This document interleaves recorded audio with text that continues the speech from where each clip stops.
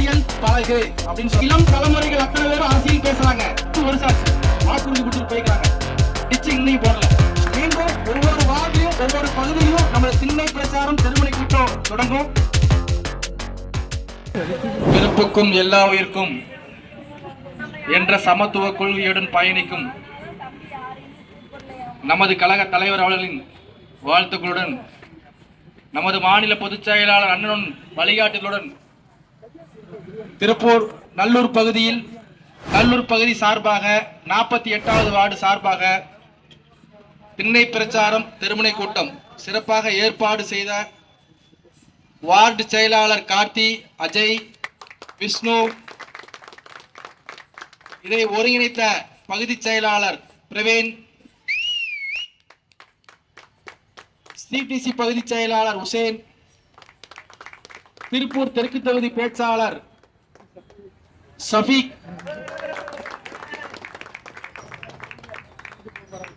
பசங்களுக்கெல்லாம் ரௌதிரம் பழகு அப்படிங்கறத அரசியல் பழகு அப்படின்னு சொல்றேன்.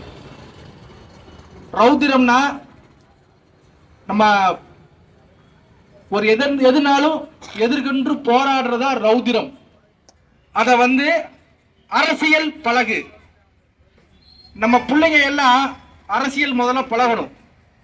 1வது 2வது 3வது 4வது 5வது படிக்கிறாங்க பாத்தீங்களா, அந்த மாதிரி தான் இந்த வயசுல ஓட்டு போடுற வயசு வந்துச்சுங்களா, அரசியல் எல்லாரும் பழகுங்க, அரசியல் பேசுங்க. அரசியல்னா என்ன? மக்கள் சேவை, மக்களுக்கு சேவை செய்யறதா அரசியல். அதை எல்லாரும் பழகணும். இன்னைக்கு ஒரு இளம் தலைமுறைகள் அத்தனை பேரும் அரசியல் பேசுறாங்க. அது வரவேற்கப்பட வேண்டிய விஷயம். அம்பேத்கர் சொன்னதும் காமராஜர் சொன்னதும் இதுதான். நம்ம விதைக்கிற விதை நாளைக்கு என்னவா தருது அப்படிங்கிறதா. இங்க விஷமாய் நிக்குது அரசியல் என்ற போர்வையில. அதை அறுத்தறியணும்.